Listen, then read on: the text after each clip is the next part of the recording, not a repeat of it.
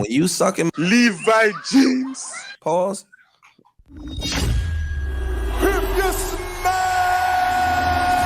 The strongest, the fastest, the roughest, the toughest, the quickest, the greatest. The Almighty. I'm the blueprint and I am the legit boss. Feel this glow. Can you dig it? New Day. Worldwide. The A champion. Hold on a minute, player. We are the nation. Oh, my brother. Testify. We want the smoke. You're rocking with the #1 wrestling podcast in the game, the Black Announce Table Podcast, featuring Sky High Eve, Cody Dre, and Ms. Suku.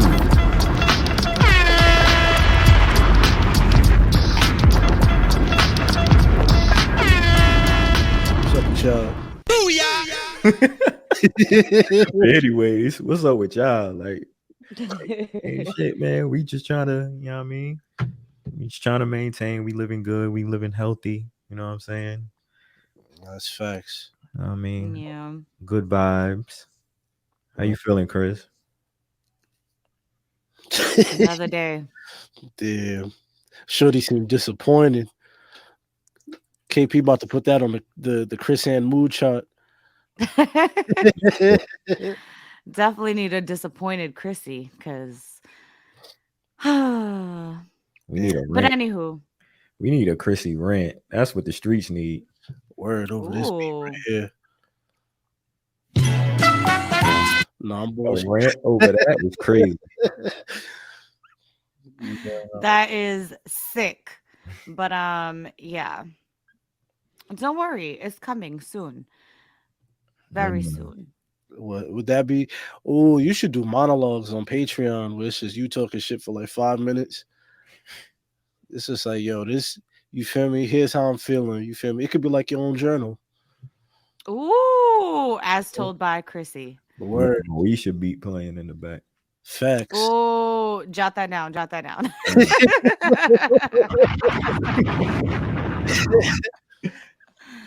You see, live ideas coming at y'all. Look at that. Come on, y'all don't produce the way we do. Don't steal my idea either. Shit. Facts. We Hey, got, Fuck you up. we got our eyes on y'all. Beat Hey, you what? up. I mean. I done seen y'all steal a lot of our shit already. Ooh. It's coming. Yeah, I see. Thief. Thief. Nah, but that'll be fire though. You feel me? Get your little rant off, your monologues. You feel Yeah, I me? need it. Over the I moon. need it. I've just been posting in memes lately. Yeah, I know. Hmm. I know once you start posting memes and shit like that, I'm like, oh man, I was like, she going through it. Man, I can't help it though. You know what I'm saying? You feel me? If I'm gonna do one thing, is I'm gonna relate to a meme. Okay. Man.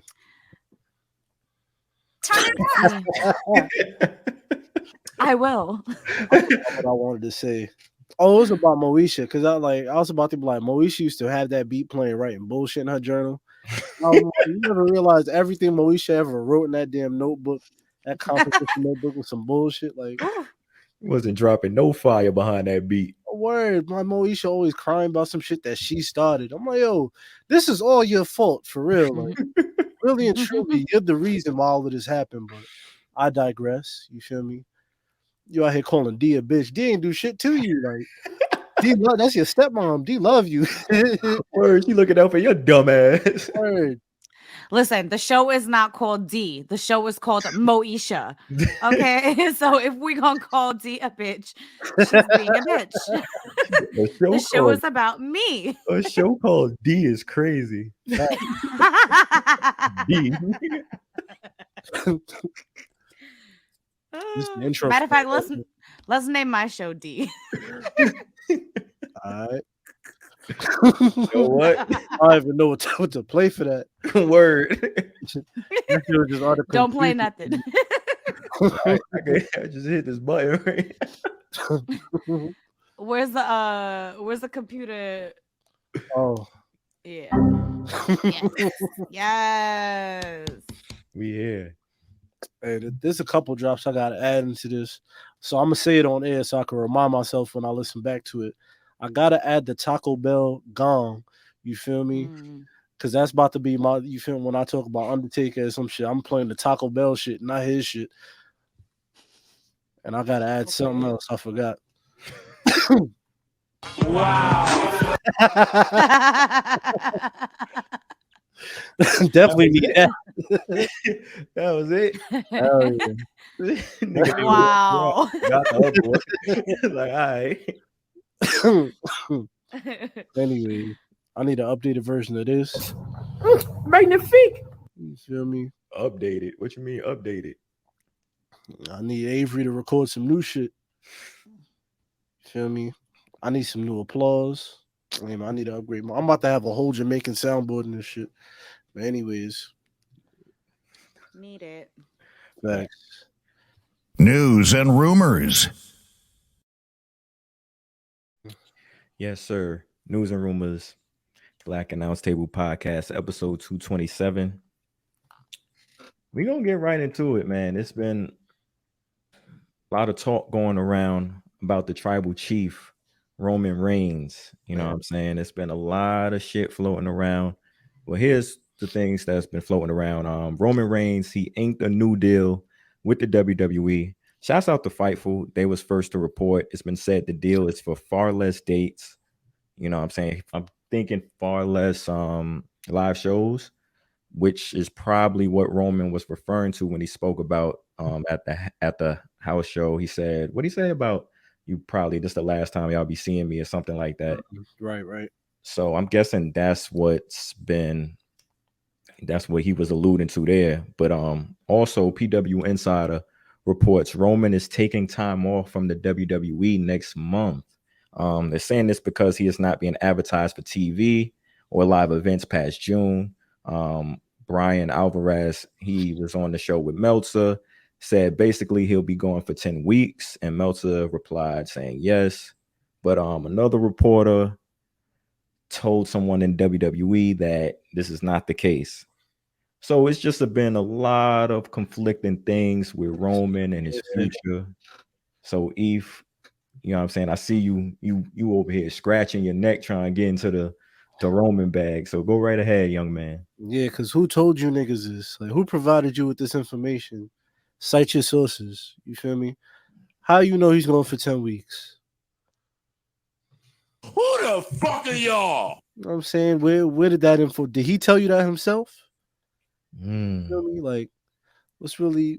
I don't know. I don't, and that's really and truly that's the main reason why I don't like listening to dirt sheets and you feel me, Alvarez and Melson and shit like that. Because it's like, nigga, where did you get this information from? You know what I'm saying? Like, where are you hacking niggas' computers and text messages? Did these niggas call you themselves and tell you this over the phone? You feel me? Like, what's really going on? But as far as the sold out dates, I'm over here thinking about Gunner in a little bit. Yo, free Gunner, man. You feel me? Damn, anyway, no Thug love? I free Thug too. You feel? I can't. Hey, I don't want no federales. Please don't come knocking upon my door. You feel me? I am not YSL. I'm about to change that to my name right now. But anyways, shit, nigga, you more YSL than I am. We getting Eve out of here. Yep, we getting Eve out of here. Niggas about to replace me with Davis. Hell no. With David Reed, nigga.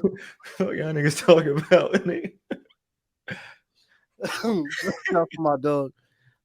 But anyways, him doing less day, I ain't mad at it, man. I said bro, imagine being a double champion doing both Raw and SmackDown and house shows. It's like, all right, we got to cut back on some of this. You know what I'm saying? I got a family too. So I ain't mad at that. And man, that man is a hardworking man right there. Let's cut some of these house dates. Let's cut this in half. Let's keep the pay the same. Yeah, let's keep rocking out like that. You feel me? I like that. But as far as the 10 weeks goes, you feel those speculations, cite your sources. You feel me? I feel like you remember that when Funk Flex posted that picture and he was like, yo, Jay-Z just texted me. It was a message that just said, this is Hove. Like, that's what I feel like these niggas be getting. Like, niggas be getting messages saying this is Roman. Like, bro, this is a green bubble. This is Roman. It's crazy. Chris, your mic. Your mic is muted, ma'am. She was talking that hot shit too. Word. Because the amount of people that come in my damn DMs talk about, this is Roman, are you my fan? Like, bitch, get out of here. That nigga trying to get you to fucking be a cosign on a Kia Forte. You see what these niggas out here doing? You better be careful. They scamming fans out here. Listen, I don't even open them shits. I just be like, all right, go back. I need parts. Word. Yeah, for real. Like, state your sources, like you've said. We need to see it in writing. Okay. 100%. Shit. I ain't gonna, but playing devil's advocate, I'm pretty sure Meltzer has his sources. He's well connected. You know, there's somebody in the E that I'm sure be letting him know, because he be right. He be right too. He be wrong as well, but he do be right. So, you know what I mean? It's not, who knows, man? I'm not sure. Who knows this for real? Like, because I just want to know, where'd you get this info from? Who told you this? Mm-hmm. All I'm saying is Roman reached the top, double champion. He got this whole mafia surrounded by him, his cousins, Paul Heyman. He's top dog. He loses both titles. What's next? It's like, and you saying Hollywood. And that's to my point to where, I mean, well, what's next? Well, obviously, we know Hollywood is in his future. For sure. Because right now, you gotta go away. You gotta take that break. You lose both of them titles, you gotta take that break. The bloodline disbands, you feel me? The head of the table, we lost control. You feel me? Take a break. You gotta go away. Disappear for a little bit, get low, and then come back. You feel me? So you can't come back as head of the table though. Oh, for sure, nah. Cause I don't want to see you ran into the ground, but you feel me? You did it. You done it. Like, it's over. You feel me? Like, that part of your career, you kind of got to leave behind you. So basically, this is the beginning of the end. Not necessarily the end, but this is the beginning to where it's like, all right, now he's transitioning away from WWE. This is like the seeds. Oh, yeah. Less dates. You feel me? It starts with that. Because now you got more free time. In the video he posted, that he was posting videos, he been hitting towards it in the house show promos, and he posted a video on the gram talking about it as well.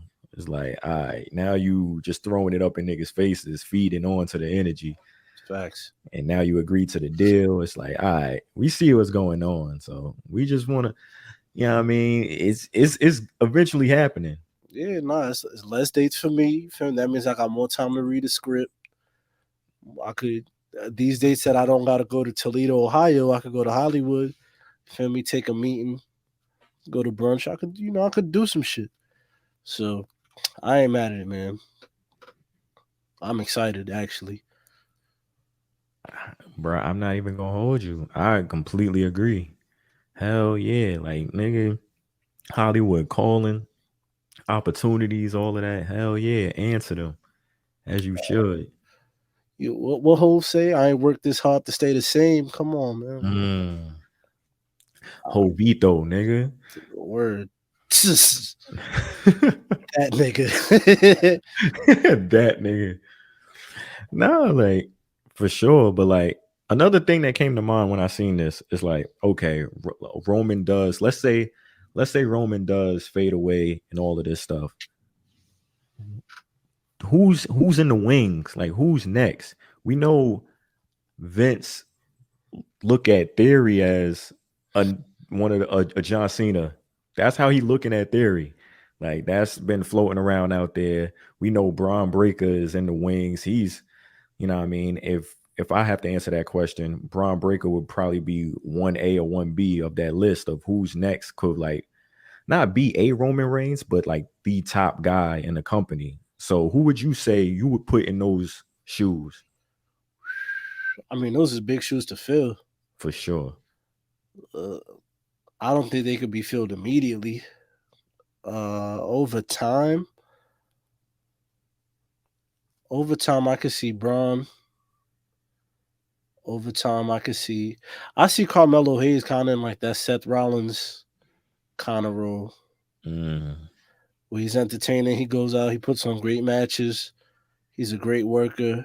You feel me? Like, I see him kind of as like that, a Seth Rollins type. Face of the company. I can see Melo being the face of the company. I think you can advertise him well. I think you can advertise Braun well.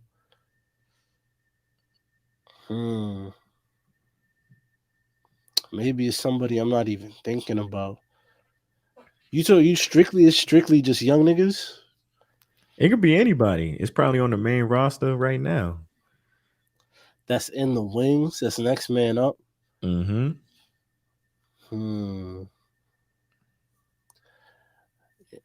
In the wings. That can take over. You got Cody Rhodes right there. Phil, like those are big ass shoes to fill, man. Roman Reigns. Okay, hold on. Not even filling Roman Reigns' shoes in that type of way, but just like the guy that they focus around.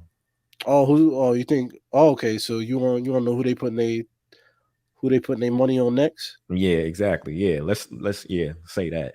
That'd be easier. Well, obviously we got Cody Rhodes. It should be Riddle, man. I'll be honest with you. Really? It should be Riddle, bro. Why is that? You think Riddle has the character that connects to him? Like, is his character like a main guy type of character though? Yeah. You think so? Yeah. Because right now he's just Randy Orton's sidekick, you know what I'm saying? But I'm telling you, once the plot thickens and he stabs Randy in the back, you feel me?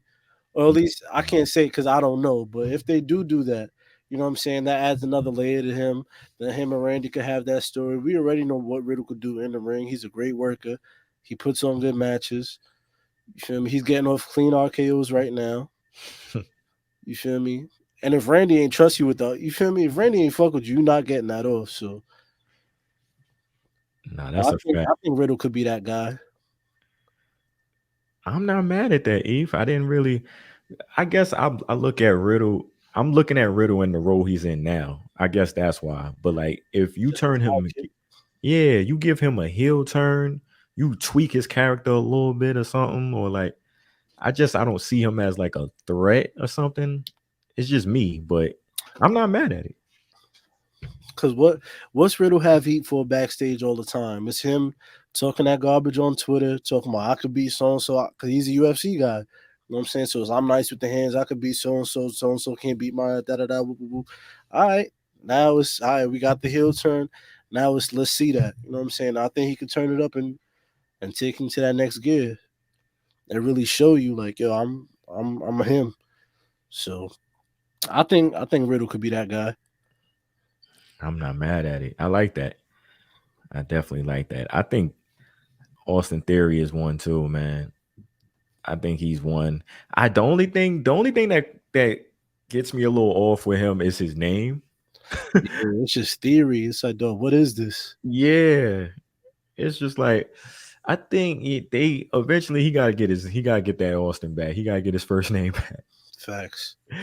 Because there's no way you gonna build a company around a nigga named Theory. Like, in my personal opinion. Nah, real shit. You gotta add something to it. Niggas need a first name, bro. Yeah. Like, it's just, I can't just be calling nigga by one name. Like, yeah, but at the same time, it's like, all right, bro, like, come on. Theory? Come on, what is that? And the funny thing is, his gear still has the AT. You know what I'm saying? So it's like, niggas still, even on commentary, they were still calling him Austin. Yep. So it's like, all right, we got to get this boy his name back, man, please. Because this shit silly. It's just Theory. Who even came up with that? Yeah, I definitely think in the future, in the near future at that, he'll be getting his name back. Yeah, nah, I think he could be a player, man. For sure. Braun. Maybe even Madcap Moss. What Paul Heyman say? Madcap Moss. He said, look out for him. He just got to stop wearing them damn Pinocchio drawers. He'll be all right. Nah, that's a fact. Shouts out to Madcap, man. He doing this thing too. Word. What I want to get to, man, there's been confusion about the Money in the Bank promotional video, which featured Cody Rhodes. The winner of the Money in the Bank typically gets a contract to cash in at any time. Cody mentioned something about a WrestleMania main event. I think I have the little audio of it. Hold on, let me see. WWE. Where one lucky male and female superstar will win the chance to main event WrestleMania.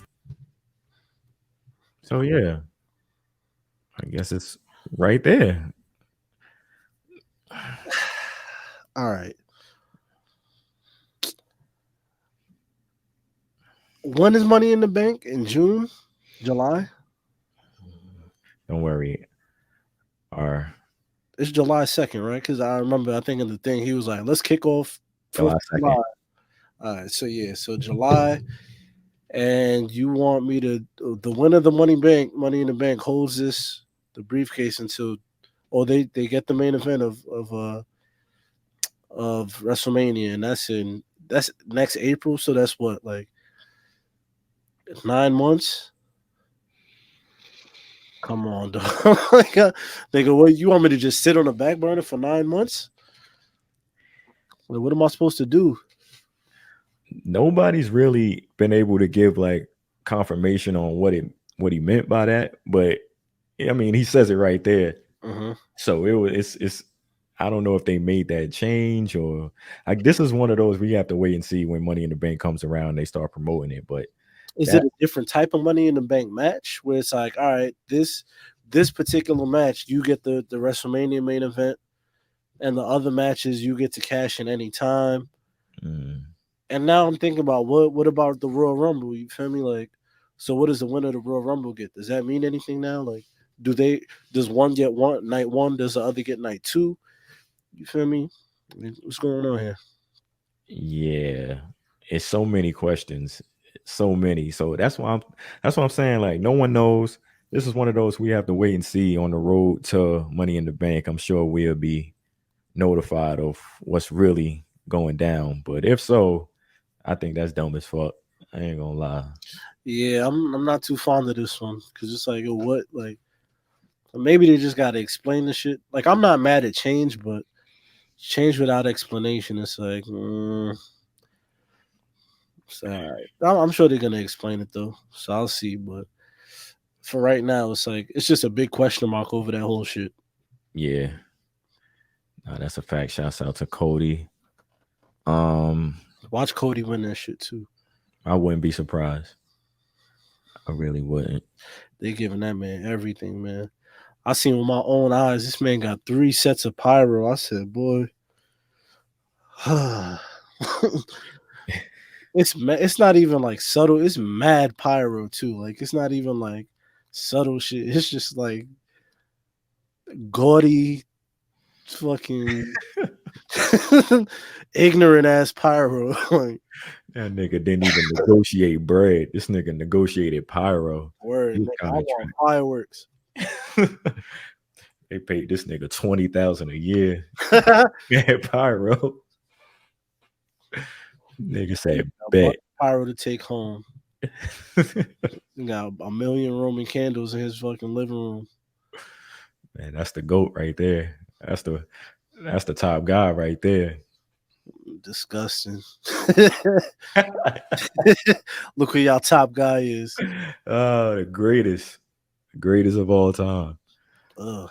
Speaking of the greatest of all time, Candice LeRae, her contract expired from WWE.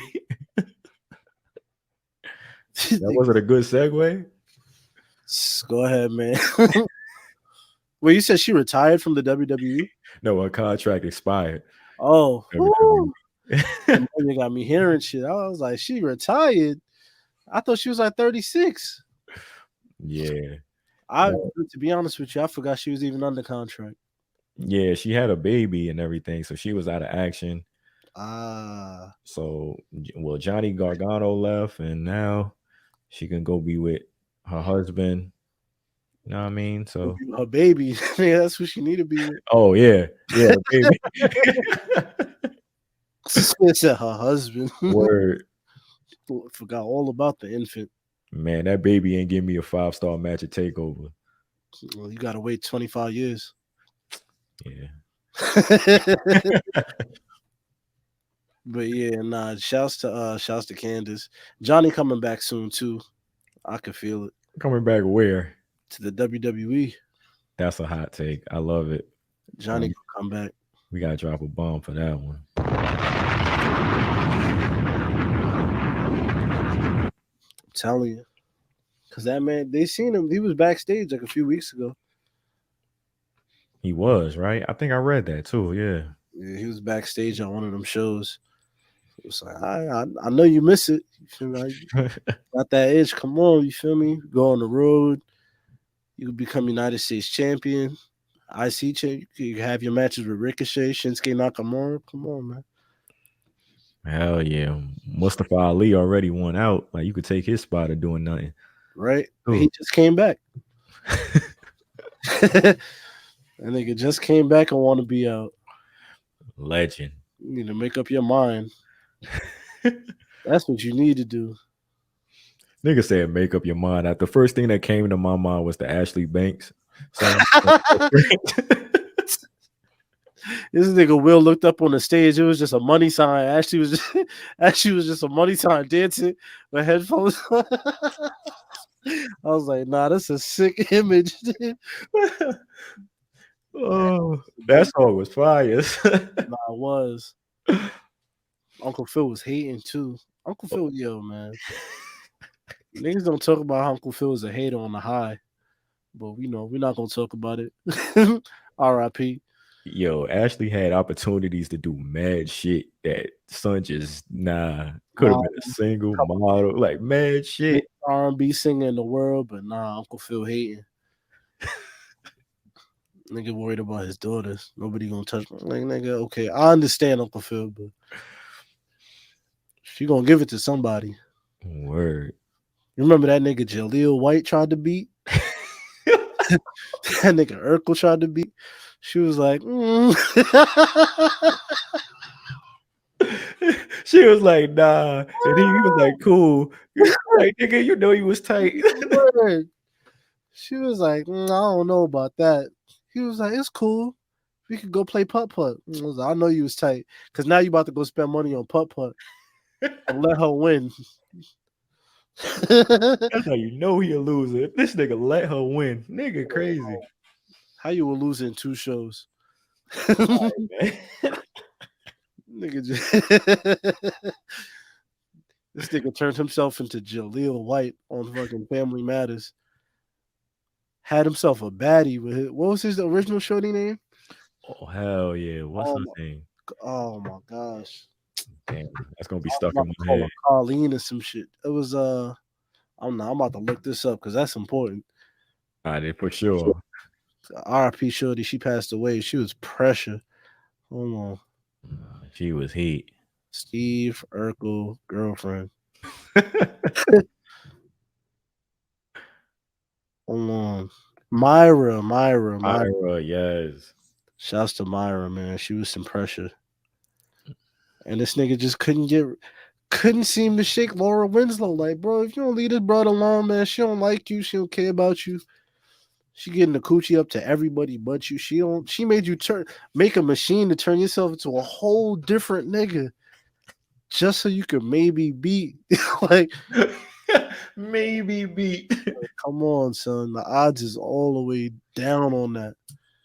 As a gambling nigga, you do not do that. Like, no, the odds is not there for you, pal. Leave that one alone.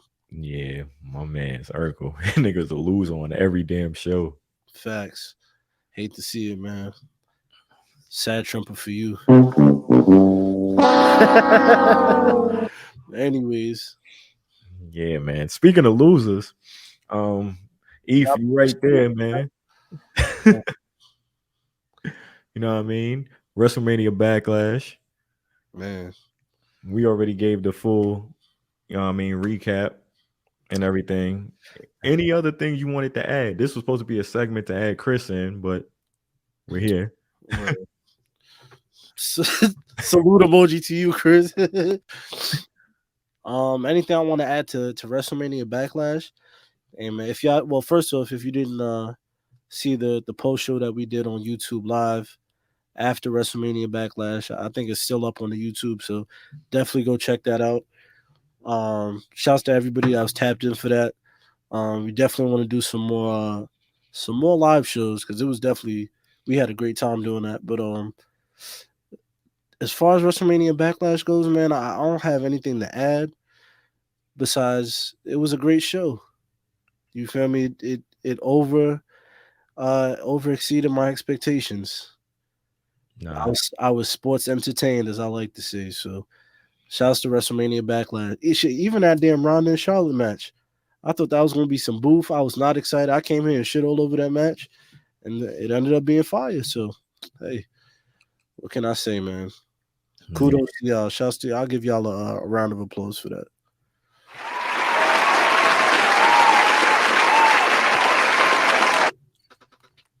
Definitely, man. I would have to agree, especially on that Charlotte and Ronda.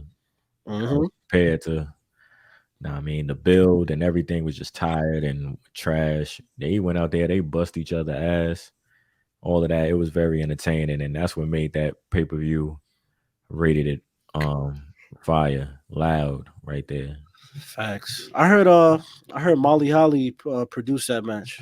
I heard Molly Holly low-key she been producing fire for them, so Facts. She produced that match. She produced the 6-woman tag match from Raw like last week or a couple weeks ago.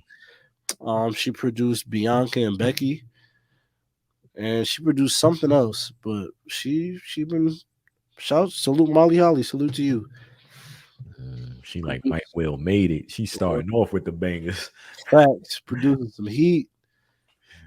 Man, Black Announce Table podcast, and right now we joined by a special guest. You know what I'm saying? If you've been on the internet, you've been seeing what's going on about the Sasha Banks going to the school and everything. WWE even posted and tweeted about it, man. We're sitting right here with the man himself, the founder, the After School Wrestling Club. Victor Perry is in the building right now.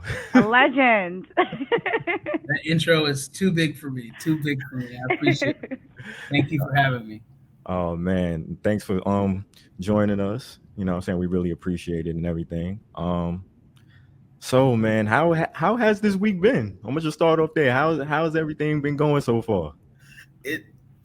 I feel like I'm still dreaming. Like in my classroom, like we printed out like the pictures of Sasha and we like have it on the front like board. So like when the kids come in, they see it. And every time I walk past and I'm just like, that happened. Like that was almost a week ago. It's crazy. Yeah, man. I didn't sleep for like 3 days. I couldn't sleep. Yeah. Oh my God. It was a weird high. Like it was just like one of those things where I just wanted to be awake and just reminisce and think about it. Like and just like soak that moment in. Yeah, because I couldn't really soak it in on Friday because like I was in teacher mode. 1, I was in professionalism mode 2, and I had to think about the kids. You know, I just wanted it to be perfect for the kids. So I didn't even really like let it sink in for me as a fan and just me as a person until like Sunday. Sunday was when I was like, whoa, you know? Yeah. Yeah. Yeah. That's incredible. I can only imagine. No, facts. So before we get into that, like what was your introduction into wrestling? Like where did this love of wrestling come from? So in 3rd grade, on a Saturday night, it was random. I believe it was Velocity at the time. It was on TV and I was watching it. It was cruiserweight. I guess you would call them cruiserweight in a tag team division. It was Paul London and I believe Brian Kendrick. And I was like, yo, this looks cool. Like they look like superheroes. They're flipping and kicking and, you know, doing all this crazy stuff. So I was like, I have a twin brother, and I was like, yo, you see this? And he was like, yeah. He claims that he was already watching wrestling.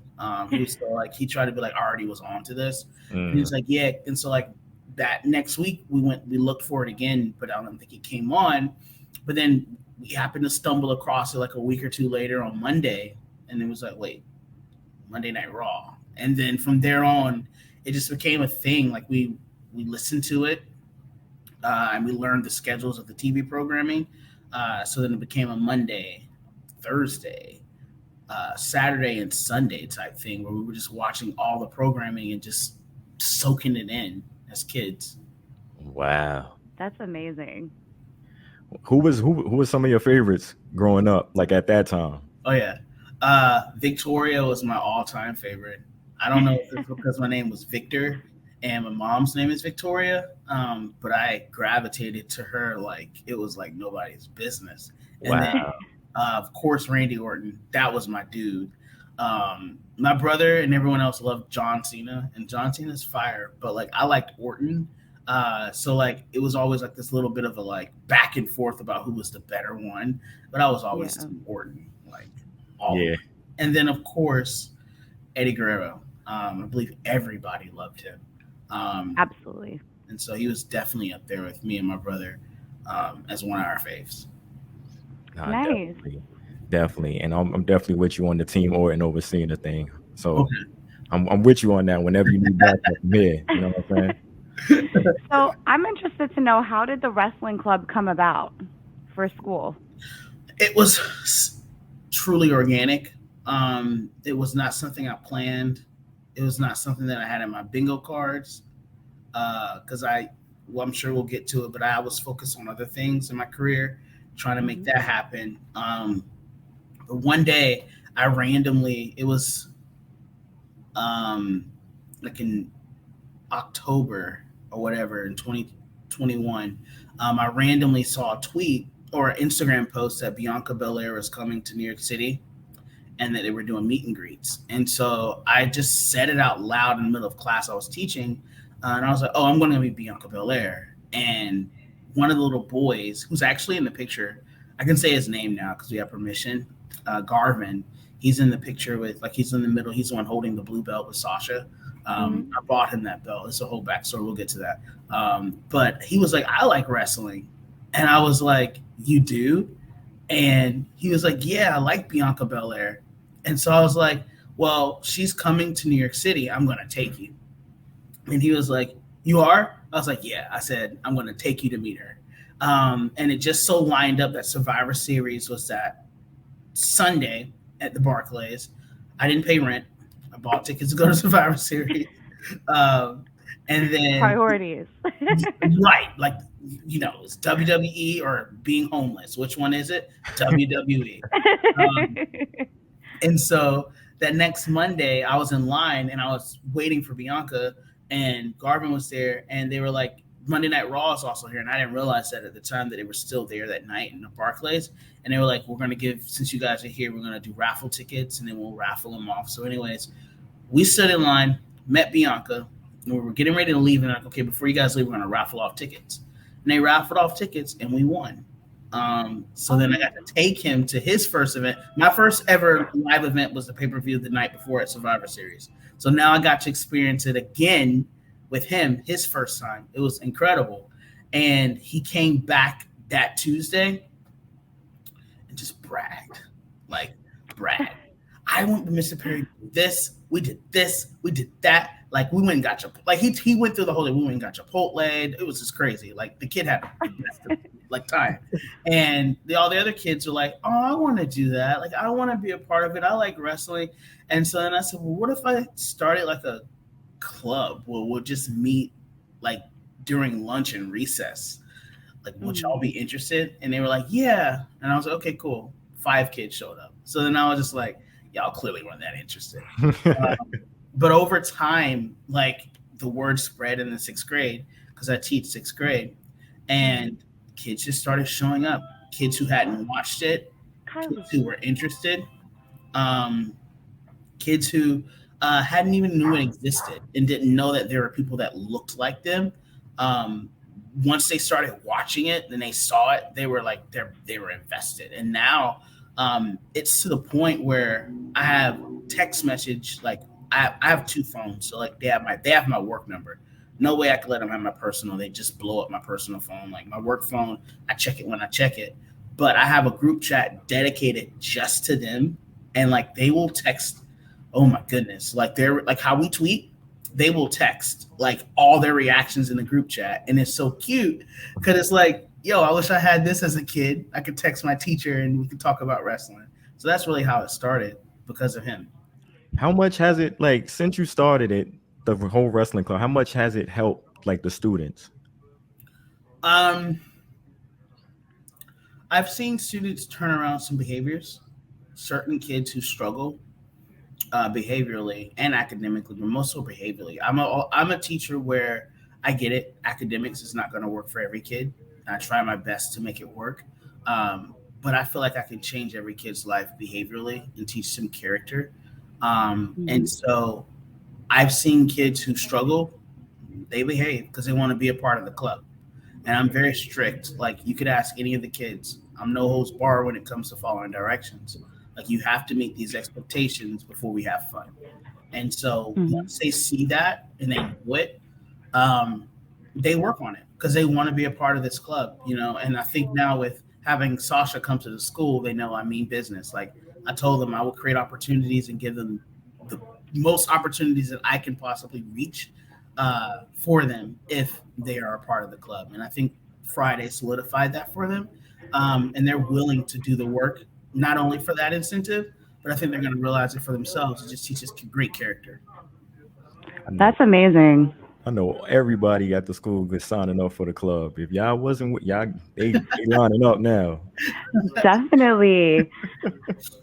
So in terms of the school, like, have you received any pushback since you started the wrestling club, like from any parents or staff or anyone? No. And, you know, it's funny. People ask that. And I think because there's a stigma about wrestling and how violent it is. It's nowhere near like no pushback. I've had nothing but support. It's weird in a way. Like they trust me. I think, you know, they know my intentions. And I think they understand it and they just support me. Like my principal never once said, hey, turn that off. He encourages it. And so I think it's cool to see that. And then the support of parents. Can't tell you how many parents have reached out and like texted and called and said, thank you. Like my kid loves this. My kid talks about this. There was one parent that I took a kid to when we went to Madison Square Garden. She was like, my son never wants to take a shower. My kid never wants to dress up. She said, all he did, he picked out his clothes the night before. He showered twice. Like he was like so ready for the day. She was like, thank you. So like, it's one of those things where it's like, it's just a positive world, you know?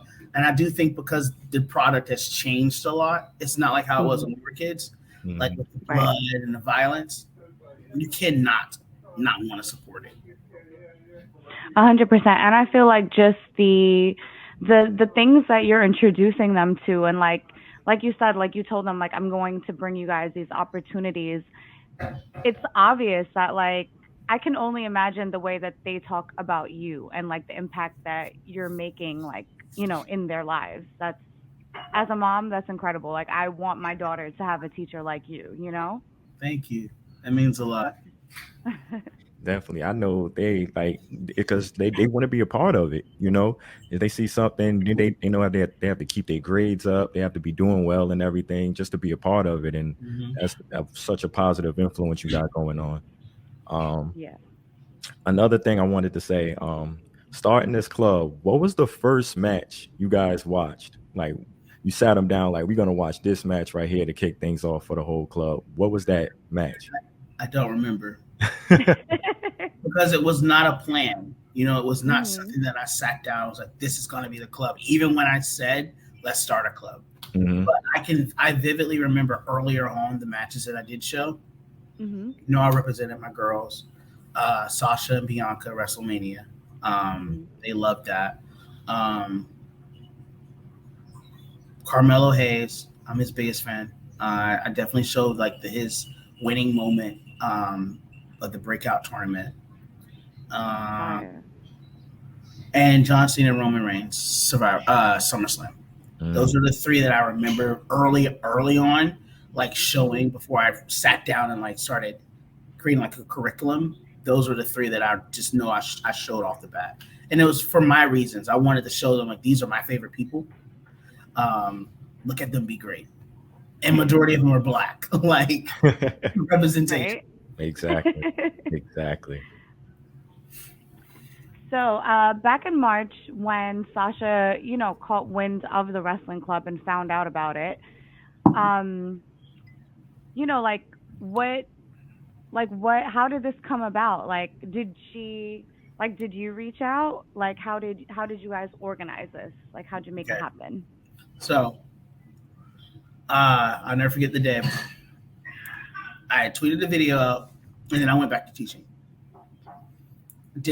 I saw that my phone was lighting up, and I didn't really check it, And then when I finished that period, I started checking. I was like, holy crap, this thing went viral. Like, what? And then I came home, and I was sitting in my room, and my phone went, ding-ding-ding, and it said, Mercedes Renato has retweeted your tweet. And I was like, wait a minute, this is a fake account. Open it up. It was Sasha. And then I saw where she quoted it. And she was like, what period is this? Da-da-da-da. And that was it. The next day I went to school, showed the kids. They went berserk. And then I was like, but I don't know if this is going to happen. Like, I'll try to reach out. Mm-hmm. Don't know. And I was like, I'll try to reach out. I ain't know not a soul, And so it was just one of those things where it was just a cool moment to have her tweet me, and tweet the kids and for her to see it and know that this exists. And so I went on about my day for a month and a half. And then I guess this counts as a new week. So about 4 weeks, 3.5 weeks ago, I'm in the middle of class teaching, and I get a follow. It says someone has followed you. I won't say his name just for privacy reasons. But it says someone has followed you. And so I clicked on his profile, and like it's, when you click on Twitter, it says like who follows him. It's nothing but WWE superstars, like all of them. So I was like, who is this? Like, who is this person? And then it said new message request, and he had messaged me.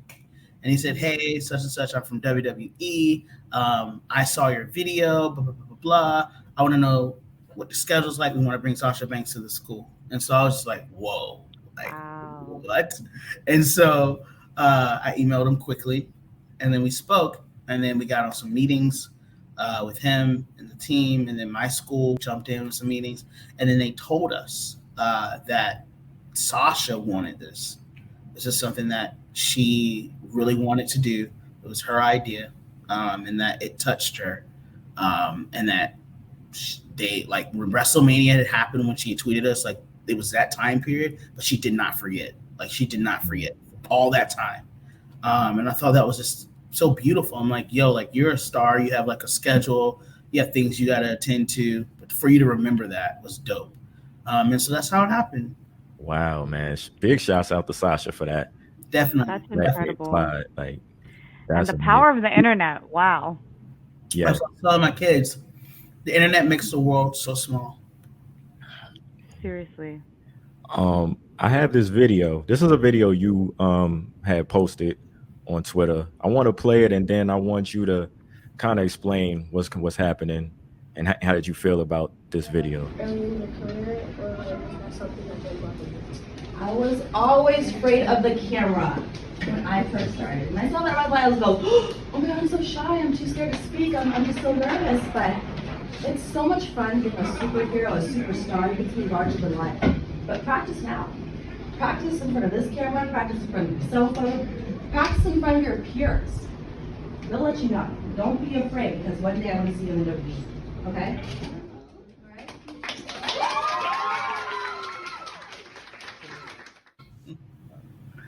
That touches my soul. I wish I could go back to being a 9-year-old and have my favorite wrestler come to my school and tell me those words. Mm-hmm. It makes me emotional thinking about it. You know, it's just like, dang, like your life is set, you know?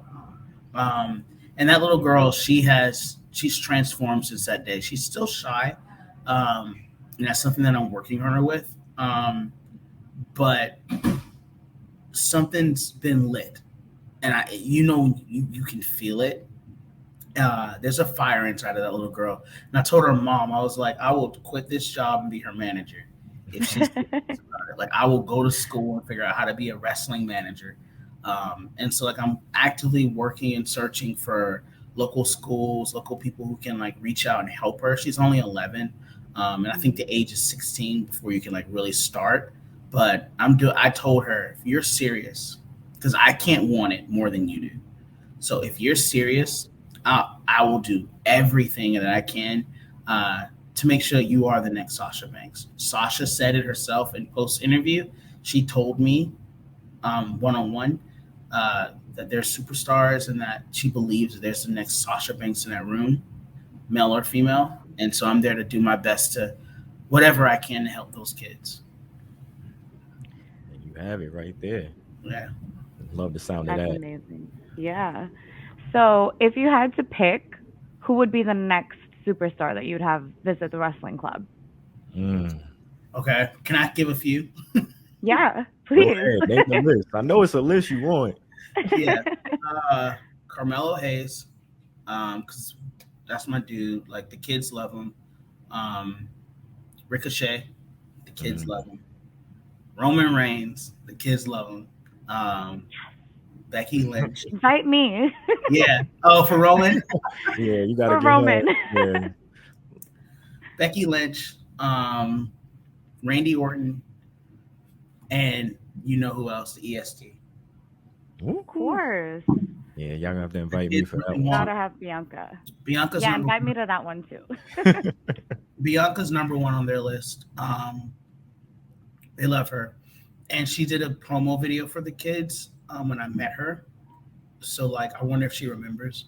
But they really love Bianca. Like, they love her. They like, can Bianca come next? And I'm like, I don't know. They probably look at you like, listen, like, we could just ask him for anything and he makes right, and I'll just provide it. Like, I'm like, word. So aside being a teacher, wrestling fan, and all the things you got going on, you're also a singer, songwriter as well. When did you begin making music? 2013 was when I first started. But I would say 2020 is when, like, I took it seriously. I took, like, those 7 years between was just me figuring it out. Figuring out sound, figuring out what I want to write about, figuring out my audience. But 2020, when the pandemic happened and I could just stop and just think about what I wanted and what made me happy, it was music. And so then I just busted my behind on it, you know, watched video tutorials and listened to songs and dissected it, figuring out, well, why this song tells a story this way. How can I tell a story in my own way? And I grew my platform like crazy. Went from 50,000 monthly listeners to 1 million. Went from 100,000 plays to almost 50 million on Spotify. Like, it's just been a grind, you know, just figuring out what works best for me and being okay with it. Because I grew up in church. My parents are musicians, so, like, I grew up with gospel music, and I grew up being told you should sing and write and do things this way. And so that created a lot of doubt. But I don't sound like every black guy, you know. I have an androgynous voice when I sing, so, like, that used to make me angry. I hate when people say, "Is that a girl?" I'm like, "No, I'm not a girl." No offense to women. And, you know, it's just something that I just had to get used to. And once I found that confidence, I found a platform, and I found people who like it. Europeans, Russians, but, you know, those are my big markets, you know? Yeah. And so I cater to them. They're the ones who stream my music and, you know, make it possible so people else can discover it. So, yeah. Nice. Do you, and in terms of production, do you produce or do you play any instruments? No, I wish I played an instrument. I produce a little, but it's more so like the co-producer. So like if I'm in a room with a producer, I'm like, no, I don't like that sound, or we should try this sound, or I'll hum out a melody. Like I think it should do this, and then like I can do that. But I don't actually like sit down and like produce. No. Okay.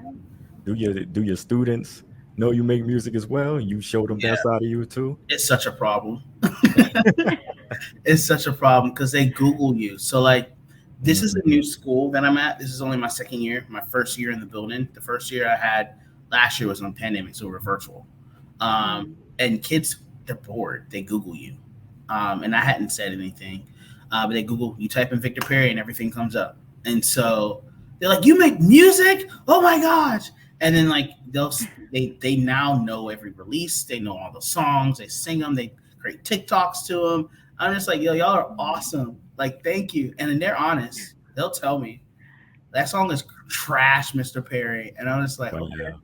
Because I know when it's not and they really vibe with it, I'm like, I did that. You know what I mean? Yeah. They're like my biggest supporters. They like know all of my songs. In fact, they don't realize some of the songs I do are covers and they think it's my original. And I'm like, no, that's not my song. Like, really? And they're like, well, you did it better. I'm just like, oh. Yeah, they're adorable. That's so dope, man. That's amazing, man. You really got a lot going for you, man. Though your music going up, and your music, the monthly listeners and stuff just gonna go up and up even more now, I'm sure, man. Yeah, I've seen a steady incline, which is cool. That's dope. That's so dope, man. This last segment we're gonna get into, it's like the rapid fire segment. You know what I'm saying? We're just gonna ask you a couple questions. Okay. You're just gonna give it to us quickly. It's like 5 more questions. It's called Talk to Me Nice. I'm gonna play a little drop for you, and then we're gonna get right into it. Talk to me nice. You know what I mean? So talk to me nice. First question. Walk us through your songwriting process. Like you get the beat, like what's going through your mind? Like what you start with the chorus, you go into the verse, like what's I think about how it makes me feel. Is Mm. it happy? Is it sad? And then I go from there. I don't really have a set structure. Sometimes chorus comes out first, sometimes the verse, but I'm more of a storyteller. So like if I can't hear a story in it, it doesn't work for me. I like that. Especially nowadays with how people making music and everything. Mhm. I like that. Chris, you want to ask the next one? Yeah. Where did the inspiration for your song Punching Bag come from? I was angry. It was the pandemic. It's me talking to the world. I had come out of my shell, started going out finally. You know, I'm such an introvert, and that's why my name is Wallflower. Like I feel like I'm just someone who just sits on the wall and watches everyone. You know, and I'm okay with that. And so I had been working on myself to really like branch out and enjoy the city and make connections. And then the pandemic happened, and it just made me angry. And so I wrote about it. Wow. That backstory, that definitely proves the whole point of, you know, the song, because for sure, like when you think about it, it's very upsetting. Like when you think about even just like a lot of people that had so much going right before the pandemic happened, like for real, anger for sure. Definitely. We talked about some of your favorite wrestlers. Who is like some of your musical inspirations for you? Vocally, Whitney Houston. Tom York, Chris Martin, Adam Levine, Michael Jackson, and Luther. Wow. So it's like a wide range. Yes, I was just about to say you got a nice wide range of music and talent right there. Absolutely. If you had like one artist you would say is your main inspiration, do you say you draw for like a one main artist, or it's just a collection of like all? It's a collection, because I didn't even name Rihanna, but she is literally my pedigree. But I've grown so much since, and so I can't say it's one person. It's so many people who have shaped the way I think about lyrics and think about how I want to approach a song vocally, that I can't just name one person. But vocally, Whitney is like always here, because I'm thinking about how to color a song and give service to the song, because I see so many times today people are just doing the tricks and they're great. You know, like you can do the riffs and the runs and the highs and the lows, but it's like, how are you conveying the emotion of the song? And Whitney was the queen and the master of that. And so I want to do that with any and everything that I do. Nice. Definitely agree. And Whitney is the right person to follow. You know what I'm saying? Whitney won't steer you wrong. Top 5 favorite albums. Yeah, got you on the ropes now. Yep. I'm gonna say it for me as an artist, because it's different for me for just regular listening. But for as an artist, Brandy, Full Moon. Ooh. Maroon 5, Songs About Jane.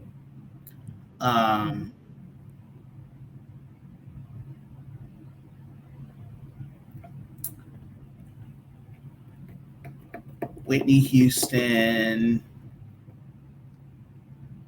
The Bodyguard. I think I'll pick that album. Or is it Preacher's Wife? I don't know. Yeah. Actually, Mariah Carey, Butterfly. And then I don't know if y'all know Troye Sivan. He's this pop artist. His album Bloom is something that I listen to a lot. Okay, I'm not mad at it. Okay. Yeah. All right. Look, final talk to me. Nice question. Okay. If you can create a faction with any musicians, past or present, who are you putting in that group? Got him again. I think we got him again. How many members? That's up to you. Probably let's do 4. Let's do 4. Yeah. I was gonna say 3 to 5, so 4 is good. Yeah. Whitney covers the vocals. MJ covers performing. David Bowie covers the fashion. Radiohead covers the songwriting. That's my Ooh. Heavy hitters for sure. Damn, that's how you come in? That's He had it right off top too, named it and everything. I'm like, okay. Seriously, you thought you had one there, Cody. You didn't. That's what I'm like, you had me. That's what I was like, how many you want me to go? Because I can name Brandy for layerings and background vocals. Like you feel me? Sure. That's a Like- fact. That's She the is queen a right background vocal queen. Oh my gosh. I listen to her stuff and then go in the studio and just sit and cry in a corner. I'm like, Literally. how do you do this?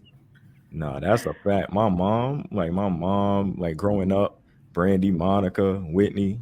That was the playlist. That was it for my mom. She was just running through those albums. So Yep. And that's why we love R&B today. That's a fact, man. Look, man, thank you so much for taking the time out. I know you've been busy and everything, but like us, we really appreciate you taking this time, and we think it's a great thing you got going on, and you setting an example for these kids and everything, positive influence and everything. Like, we really thank you for taking the time. So if you want to give them like your information, like your social media, anything you want to plug, the music, please do so. Yeah. You can follow me on Twitter, Wallflower Perry, Instagram, Wallflower named Perry. And if you want to hear my music, Victor Perry. You can find me on all platforms. Spotify is my fave because that's the one that I get the most streams from. So if you got Spotify, definitely follow me and stream my music and let me know which are your favorite songs. Dope, Thank man. you Yeah. so much again. Thank You're you. such a great person. Like, honestly, I wish you all the best. Thank I you. can't wait to, see you blow up and continue, making such an impact in these kids' lives. It's incredible. Like, you're a gem. So I appreciate seriously, thank you so much. Thank you.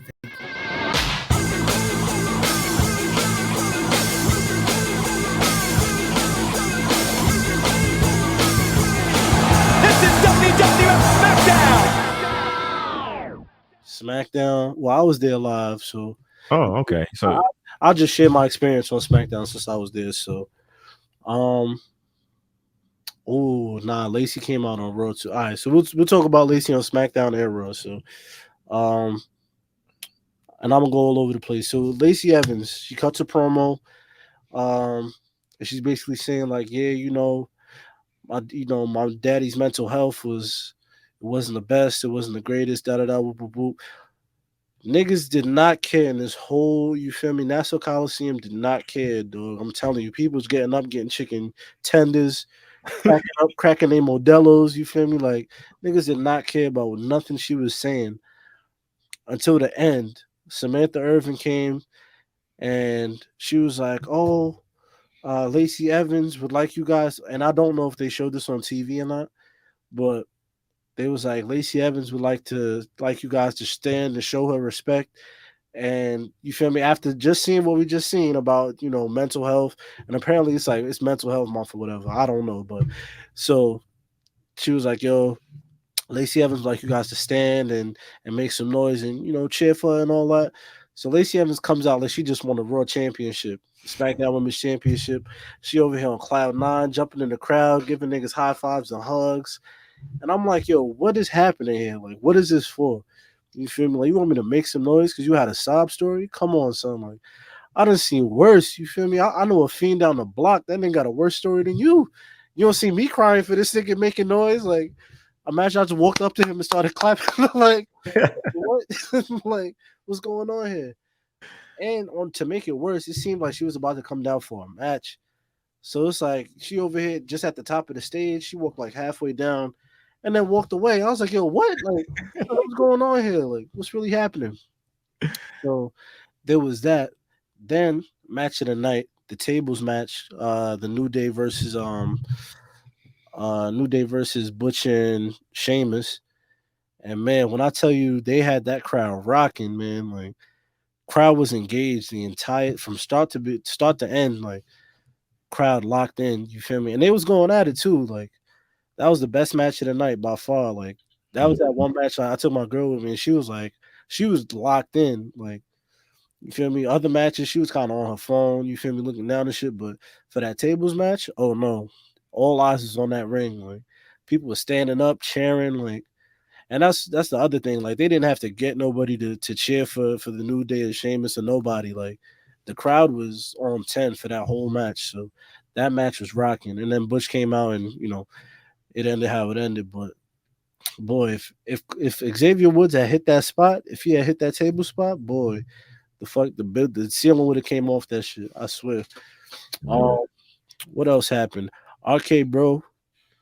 The RK Bro and Drew McIntyre, they didn't have a match. They just had like a segment or whatever it was. But RK Bro, like I said on the live, man, they're the most over team, like set duo, whatever you want to call it. They're the most over, like out of everybody. You feel me? Hell yeah. Yeah, their music came out and people stood up. Like people was hyped to see RK Bro. And everything Randy Orton did got a pop, son. Randy Orton did not the hip toss, with that power slam. Niggas went up for the power slam. He had an RKO, niggas went up for the RKO. Riddle hit an RKO, like whatever it was, like niggas was going up for it. And that was fly too. What else? Niggas had a Corbin segment, boo. Like that shit was trash. You feel me? Drew Gulak.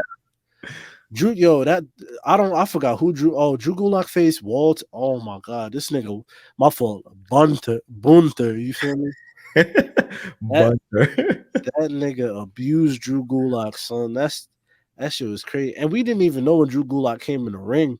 That was the other part, because like he came in when they was transitioning from Corbin's, Corbin segment to go into Drew Gulak. So it's dark and they like taking furniture out the ring. So nigga, Gulak didn't even get an entrance. Nigga, like that nigga was, bro, I swear that on everything I love, like they turned the lights back on. This nigga Gulak just standing in the ring. I'm like, yo, where did you come from? I didn't even see you, dog. Like he just magically appeared and they started playing his music. I was like, what? Like, I was like, nah, where did Drew Gulak even come from? So I'm over here. They come back from commercial. I'm like, I'm over here talking about girls. I wonder who you about to face. I see my son. What's my son? Kaiser, Budwig Kaiser. My son pulled up. I was like, oh yeah. I was like, he about to get abused. Like, I already know what's about to happen here. Like, it's about to be straight abuse. You feel me? Boy, that man Bonto was fucking beating on this nigga chest, power slamming this nigga. Like, this nigga was beating his ass like Donkey Kong. So I was like, oh nah. I was like, yo, are you watching this shit? That shit was funny as hell, man. In person, like, that's something everybody gotta experience, bro. Go to Raw or SmackDown. Use the promo code BATPod to get $20 off your order, man. Just go and watch Gunther beat somebody up. I swear on everything I love. It's the best thing on earth. So this nigga really just be abusing you, son. He put him in the corner, he put him in like a tree of woe, and then put his foot down the nigga neck. He started clubbing the nigga on his chest. I was like, oh nah. I ain't never seen no abuse like this. Damn, son. Nigga say he beating that nigga like Donkey Kong. Throwing barrels at that nigga. Dog, nah, son. Go to Raw, go to SmackDown just to see Gunther. So I swear on everything I love, man. Gunther. It's worth it. If you got a $20 seat, it's worth it. Like, I promise. Word. Shit. But yeah. So there was that. And what else? What else happened over? Oh, Cody Rhodes. I mean, by this time they had went off air, but the main event was Cody Rhodes versus Seth Rollins, which was dope. Which is why like I got to see the damn pyro fucking live. SmackDown? Mm-hmm. Oh damn! They went off air. Yeah, it was a dark match. Okay. Because you know how like the ending segment was it was Drew McIntyre and RK Bro. So yeah. Even the last time we went to SmackDown, they did that, but it wasn't Cody. It was RK Bro versus Alpha Academy, and that was a cool match too. But yeah, so Seth Rollins and Cody Rhodes, they had basically it was the same match from Backlash. It was just slowed down a little bit. Like they took a couple spots out and it was slowed down, but it was still dope, man. Like them boys got chemistry. I'll give them that. Cody Rhodes and Seth Rollins got really good chemistry. But overall, SmackDown was a good show, man. I wasn't mad at it. Shit was, you feel me? Shit was what it was. Nah, that's dope. Started a little slow, but it ended hot. All right. It's not too much I could say. I was in and out on it. I did see the last. I seen how it ended with Drew and them. So I'm happy you was there to give us the full recap, let us know how the crowd was feeling and everything. So oh yeah, nah, for sure. The crowd was turned up. All right, man. The only thing I'm mad at is that they made noise for Lacey Evans. Like niggas really should have booed for that, but it is what it is. Yeah, especially when she came out. I thought she was about to have a match too. I did see that. She was about to come out, thought she was about to have a match. I'm like, all right, she's definitely going heel. That was the most heelish shit you could do. Like, which babyface come out, everybody make some noise. Like, niggas ain't never do that for nobody. So. She gotta go heel. Because it would make sense to me. Like, I'd feel so much better if she went heel instead of doing the sympathy shit. Like, just be a fucking wretch. You know what I'm saying? Just be foul. Yeah. Don't try and jig me with the damn sympathy shit. Because you feel me? But we gonna talk about it again on Raw. Because she popped up again on Raw. All right, let's get into it.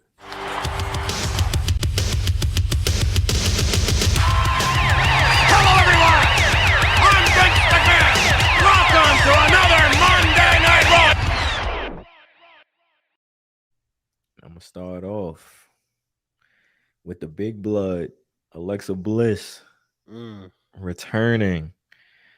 We found out Sonya Deville terminated as a WWE official. Oh man, make some noise for that. Yeah, Got her racist ass out of there. It's too late, but it's all good. We'll take it. Word. Got her racist ass out. And then they brought back the big blood, Alexa Bliss. I like that. Whooped her ass in 13 seconds. Did she really? Yes. That shit was quick as hell. Lacey Evans. You see what's on my mind right now? Sonya Deville, you got to get your reps up, Mom. You feel me? Yeah. You over here. See, that's what you over here abusing your power. You forgot how to wrestle. Come on. Forgot. Take your ass to the PC. Get right. Word. You see what Mandy Rose doing? Word. Champion. Putting on mid. Still a champ. We here though. I'll take it. Word. I ain't complaining at all. Word. You ain't gonna hear a complaint from me. Word. She'll be back there running around with goddamn Dana Brooks and Tamina if it wasn't no NXT. Hey, nah, that's what they need to do. They need to call down some people and call up. You feel me? Like Dana Brooke, let's call you down. I feel like she could get NXT 2.0 rocking. You know what I'm saying? Let's call you down and let's bring up Io Shirai finally. You know what I'm saying?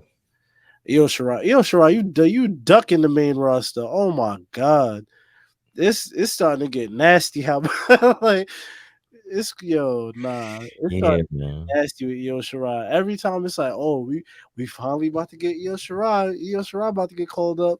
Psych. It's been years. Same shit. Like, dog, she gonna stay on that damn NXT. Oh, niggas talk about NXT lifers. That's her right there. That's the true definition of an NXT lifer. I hope not.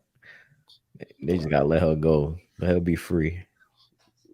Nigga, signing that to a 360 deal.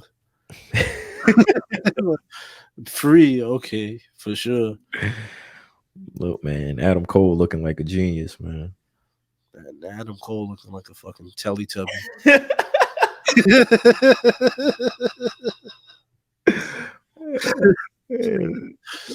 I seen that nigga. Adam Cole looking like a genius, man. I'm gonna keep saying it, son. Not to me.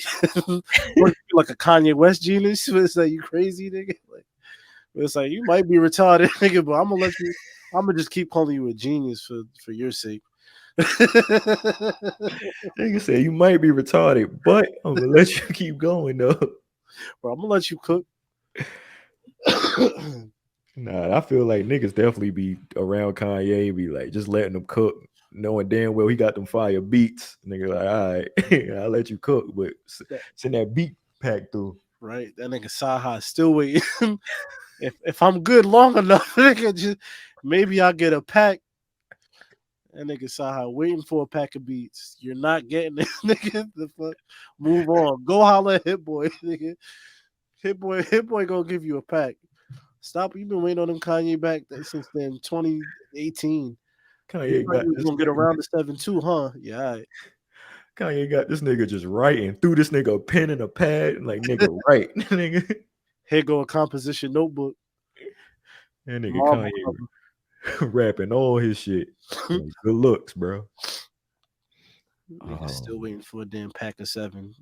You're not getting it, sir. Yeah, what was he talking about? I fucks with Saha, but it's like, damn. Me too. I know the deal. Yeah, man. So prior to Raw, they had announced Cody Rhodes was going to take on Austin Theory for the United States Championship. Niggas was bugging, man. If you had me sad, son. I ain't gonna lie, man. You said it was back to the mid card from our boy. Yes, you go right where you belong, sir. I was like, paid for this. I was like, nah, y'all gotta chill, son. Y'all gotta see what's going on, son. Chill. We getting Seth. Well, we found out on Monday. Seth Cody 3. We headed towards that. Hell in a Cell. Sign me up. Sign me up too. I ain't mad at it. But after that, Cody Rhodes, You take your ass back down to the mid card where you belong. But after that, though, Word. You go be the best United States champion you could be. You already got the outfit for it. You halfway there. All right, man. This thing got America all over. This thing got an American tattoo on your neck. This thing got a damn American robe. It's like, all right, bro. You're a patriot. Okay. I get it. It's gimmick, man. I'm getting tired of niggas ain't gonna say wait. Hold on, son. Come through with some other shit, nigga. Put a different flag on your shit. What flag? Nigga, put Zimbabwe on your shit or something. Nigga, come through with the Jamaican flag over your body, nigga. Do something different. Yo. Now we got somebody Photoshop Cody with the Zimbabwe flag. Yo, somebody show Photoshop Cody Rhodes in a damn Jamaican tracksuit, a damn Puma tracksuit. That's fucking nasty. Yo, and put the damn braids in his head like the white people like to get when they go to vacation, nigga. When they go to Ocho Rios on vacation. That nigga Vince is sending this nigga Cody straight to Reggie, nigga. This what you doing. Chase Mission. Good luck, he's fast. Good luck, he's fast is crazy. Cody Rhodes. I get it's the gimmick. I understand, but damn, nigga got the tattoo, the damn tights, the boots, the robe. It's like, nigga, God, I'm about to pull my eyes out. Nigga, damn, nigga. I ain't seen this much damn American garb since damn Joel's in that video. Nigga, Joel's had on the whole flag, nigga, down to the boots. Nigga had an American flag Timberland boot.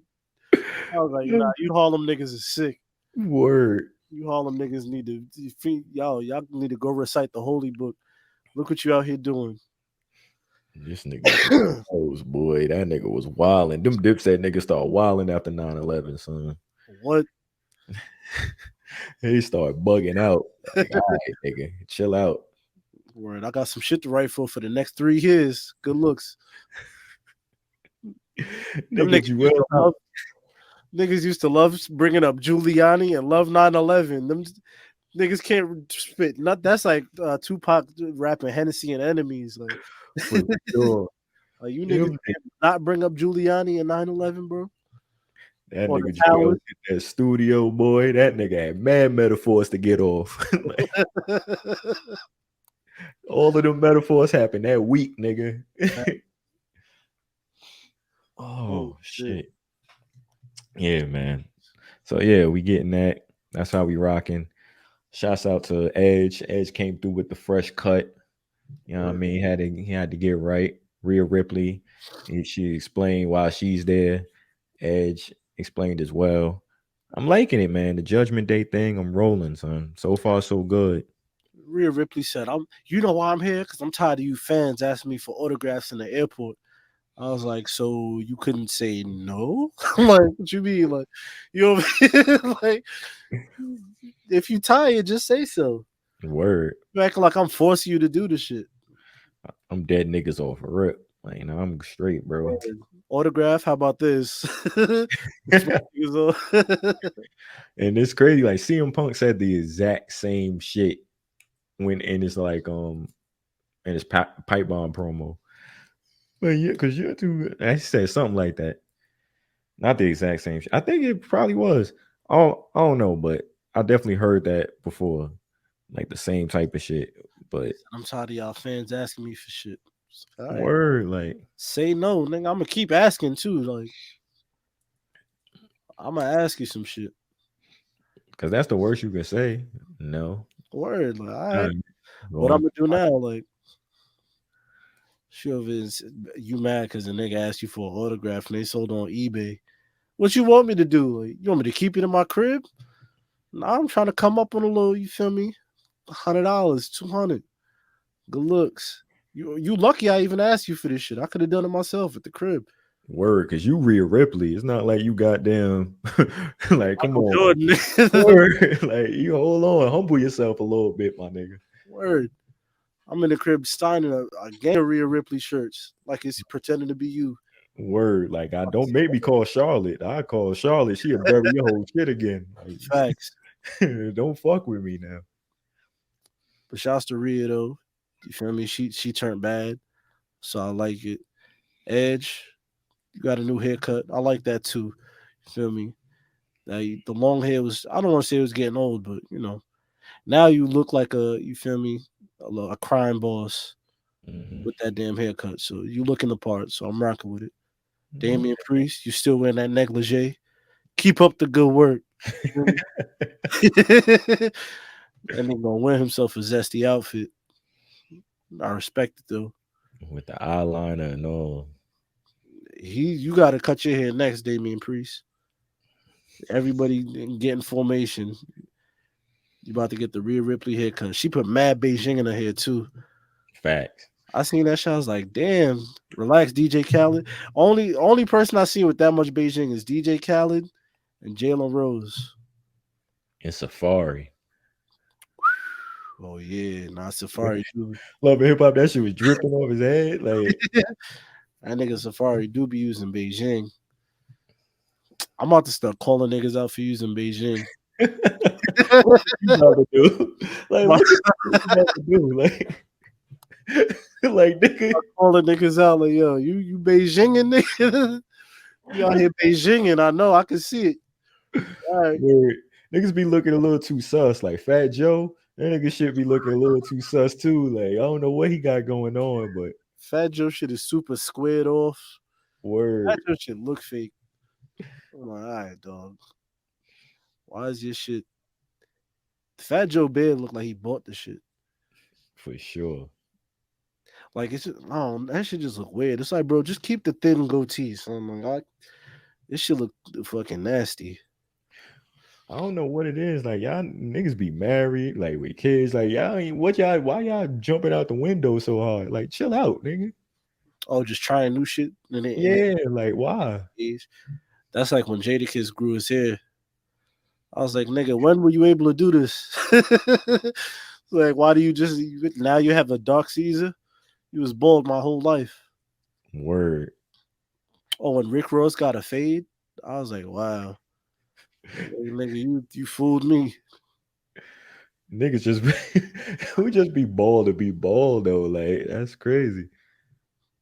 Nah, real shit. Now that made me question like how many of you niggas could really grow hair? You feel me? Like, and why was you? But you got to remember back in the 90s, like that was a style, like a bald head. You feel me? Yeah. Cause you remember the Fab Five, Jalen Rose, all them niggas. Now look at Chris Webber. Look at Jalen Rose. Them niggas got fucking taper fades and shit. Word. In their 40s. This nigga Jalen Rose got the best hairline of all time. Facts. He cheating, but it's all good. I want to say something else, but I'm not. So shout out to Jalen Rose because I don't want to get into Molly from First Take slander. Cool. Nah, I ain't gonna say nothing about Molly. Yeah, me either, man. We being nice today. Facts. Nigga said nice. That just you reminded me. I gotta talk about Lacey Evans. Yo, so Lacey Evans comes on TV on Raw. I just seen you 3 days ago. You feel what else do you have to drop on me? You know what I'm saying? But Shorty came on TV and basically said her pops was on crack. I was like, yo, you couldn't have told me this shit on Friday. You know what I'm saying? Like you could have just lumped this bad shit in with the other bad shit. Like it's not like it's any good here. It's all bad. You feel me? You shitting on your pops. You feel me? Talking about I had to persevere. I had to take myself to school. My dad had an addiction. My mom had an addiction. Everybody around me had an addiction. It's like, all right, man. Like, I get it. Your family was on crack. Okay. You know what I'm saying? Like, how is this different from some of the, you feel me? Some of the folks I know. You know how many people I know that was on crack? Facts. You feel me? You think you're special? No. Matter of fact, I was gonna make an inappropriate joke, but God is working on me. Man, but look, after all that Lacey shit, man, this is what they should have played right here. Nobody trying to hear that shit. I don't care if your family's on crack. I'm sorry. I got bigger fish to fry. You feel me? That's the future women's champion right there. Really she gonna dethrone Bianca if she on Raw now. Yeah, all right. Good luck doing the show by yourself, pal. Nigga said she about to dethrone Bianca the day. Boy, Twitter, oh my God. Ooh, now I wanted to happen. Low key. I just want to see y'all niggas be upset. Facts. And call shit racist. And I want to see the think pieces. Oh, shit. Oh. But anyways, I don't. What else happened on Raw besides that? Was there anything of importance? Anything of importance? What was the main event? I might have fell asleep. Bianca and Asuka ended in DQ. Becky Lynch, who was on commentary, attacked Bianca. Okay. I remember that. She grabbed the arms when she was going for that back spring. Mm-hmm. Yeah, I remember. Raw was right. I ain't mad at Raw. I turned back on the main event and I seen Bianca and Asuka going at it. I was like, they giving this away right now? I'm like, what? Hold on, let me tune in. And then disqualification. I was like, oh, that makes sense. Come on now. You know how that go. Mm-hmm. But yeah, man, Raw. Overall, Raw's alright. I wasn't mad at Raw. The real show is NXT 2.0. They niggas be getting kidnapped over there. Again. Every week. I love it. You feel me? Lash Legend look good. Nikita Lyons look good. Man. That's it. Niggas get kidnapped and 2 women look good. Yeah, that's all I need. Like, that's all I need. You feel me? But besides that, what my son Joe Gacy got people talking about he Bray Wyatt now. I seen that going around. Yeah, Joe Gacy's 2022 Bray Wyatt, which means damn, I don't even want to say that. That's foul. I was gonna be like, which means he's getting released soon. Hey man, Joe Gacy better make that shit work. That's all I'm gonna say. Better let that cult shit. We gonna see the cult leader shit never works out. Yeah, man. Rest in peace to Harlan. Hey, and Harlan, he had a West Side Gun concert right now. He'd be all right. We're doing security for extra change. Word. You seen West Side Gun had niggas? He stopped his concert to have niggas that was dressed up as Kane and Hulk Hogan have a match. That's a West Side Gun show for you, ladies and gentlemen. You feel me? Would you not be entertained by that? Me personally? Now, it's not the real Kane and Undertaker. It's niggas dressed up as. I just wanted to remind you. Yeah. Yeah. That's important to know, listeners. The listeners had to know that. Not the real, but me personally, I would. All right, I'll be rocking with it because I'm a wrestling fan. But for those hip hop heads that just like West Side Gun, just seeing this shit, it's probably like, what the fuck is going on? Like, so hey man, shouts out to West Side Gun. That's like the time we went to Wale Mania that year when they was in New York, and one of his fans was there, and she was like, "What is this?" She was like, "I thought this was a concert. I love Wale. That's why I came." She was like, "That's a bunch of wrestling niggas." I was like, "Well, you got hit with the okie doke, man. Sorry. Yo, if I remember that, oh my god, yes, that's a bunch of wrestling niggas here. Who are they? I don't know about none of this." She was like, "I'm about to leave." I was like, "Well, you got dude for the night." OD. She thought she was about to hear Lotus Flower Bomb. Like, nah, nigga. You about to hearing get Booker T, nigga. Flash shattered. Nigga, you sitting there watching Cass, nigga, and fucking the New Day, nigga.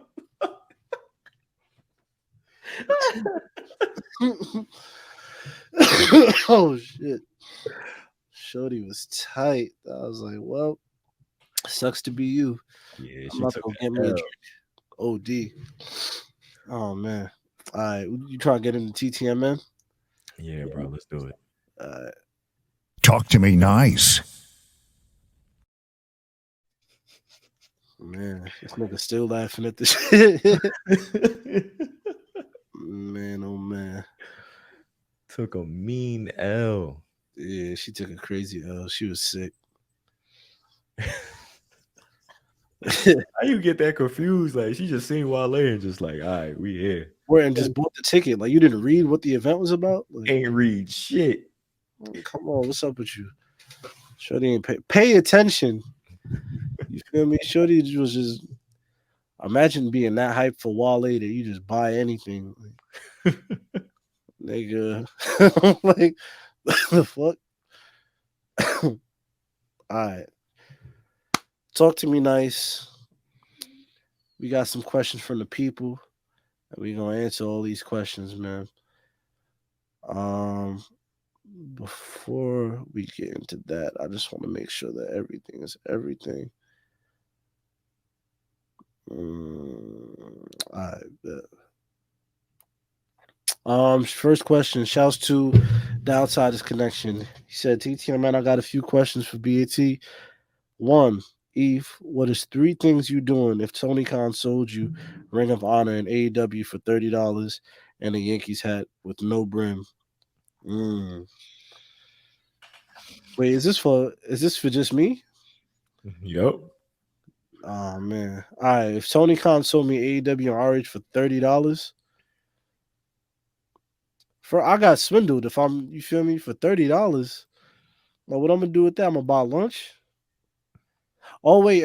Okay. I'm tripping. I'm like, yo, this nigga pushed this shit off on me for 30 cash. Nah, but if I bought that for $30, I'm gonna flip it. What you mean?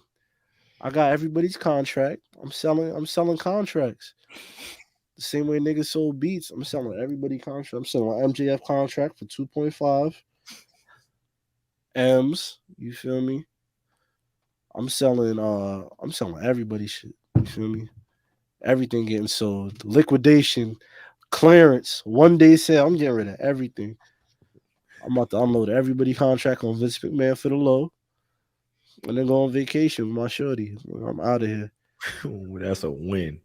Word. Like, I don't give a fuck about these niggas or their contract. ROH, what I'm supposed to do with that? It's like, what is this? You know that picture? You remember that picture? Diddy sitting courtside looking at a dollar bill? That's me looking at ROH. Like, what is this? Like, what am I supposed to do with this shit? Oh man, he said 2. If you could makeshift a tag team and manage them, who is it? If I can make a tag team, I already told y'all it would be AJ Styles and Finn Balor. Feel me? We'll be getting to it. Feel me? And we're gonna be called the Bullet Club for real. And I'm walking around with 2 pistols in my revolvers. We the real Bullet Club. Fuck you. Yeah. You feel me? No Anderson and Gallows here. You feel me? No dweebs allowed. No dweebs. He said 3. Can we please get the Levi jeans shirt and the basketball shorts set? The streets need them. Hey man, y'all niggas want the hold on. Levi jeans. Y'all want the matching set for ball shot? You know what I should make if y'all want Levi jeans? I'm making Levi jeans, denim shorts and denim ball, denim shorts and denim ball jerseys. You feel me? Since y'all want the full set, we gonna ball out in all denim. And y'all niggas is gonna sweat. Y'all gonna sweat and chafe.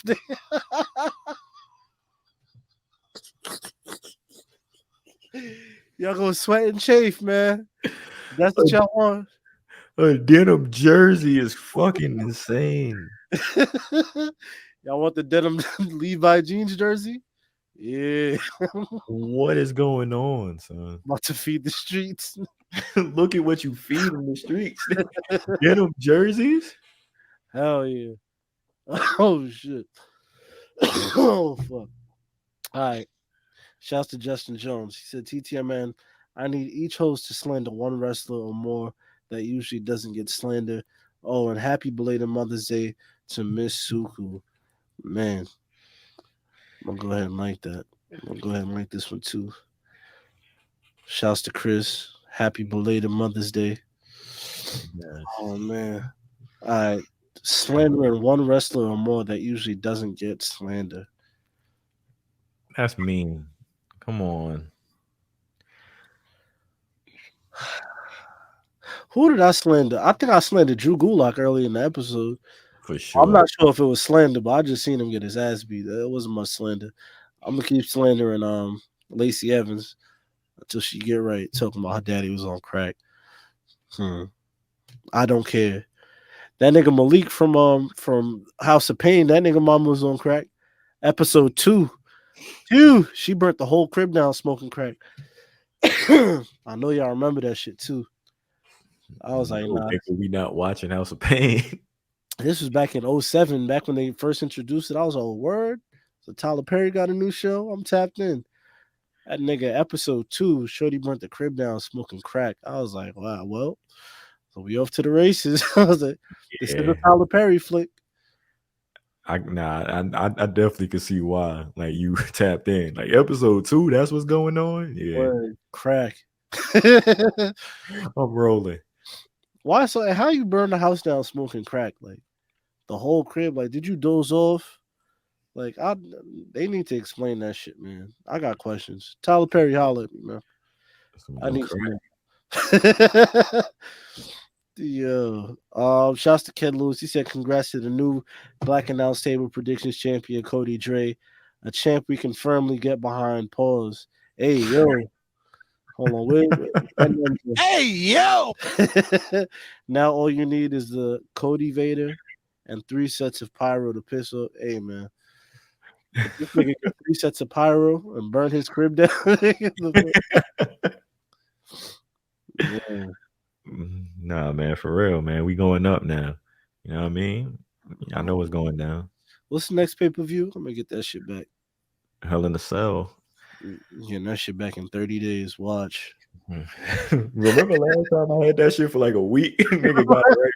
I was sick. I told you I was very tight too. That's why I'm chilling. I'm like, all right, like, there's a pay-per-view in about 23 weeks. Nigga, I'll get that shit back. I ain't tripping. Shouts to Just Vance. He said, TTM man, with the addition of Rhea and Edge proclaiming they're looking for more, who do you see Judgment Day targeting to join next? Ciampa, man. Ciampa, or as my son Amp says, Ciampa. Ciampa. Yeah. I would like. It was rumors like people were saying Finn turning on AJ, but after like backlash and everything, he came out the hell. It was like, I ain't gonna hold you. Before they got Finn involved with AJ, like that would have been a nice little swerve. It would have been, especially for Finn. But I got Ciampa. Ali could use something. He don't even want to be there, so it's like they probably hesitant on throwing him in there. I wouldn't be mad at Ali going in there. Who can I see fitting in there though? Who's like a dark character? Nah, I might be bugging. I was gonna say if Becky Lynch lost her shit and joined Judgment Day, you feel me? It really went super dark with it. I wouldn't be mad at that shit. You feel me? You have Edge and Becky as like, you feel me? The 2 leaders. And then you got Damian and Rhea as their muscle. I like that right there.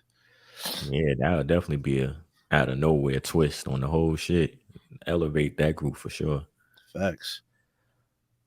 Shouts to John Carlos Vasquez. He said TTMN, besides Roman being the obvious answer, who do you think is most likely to leave WWE for Hollywood before leaving WWE for AEW?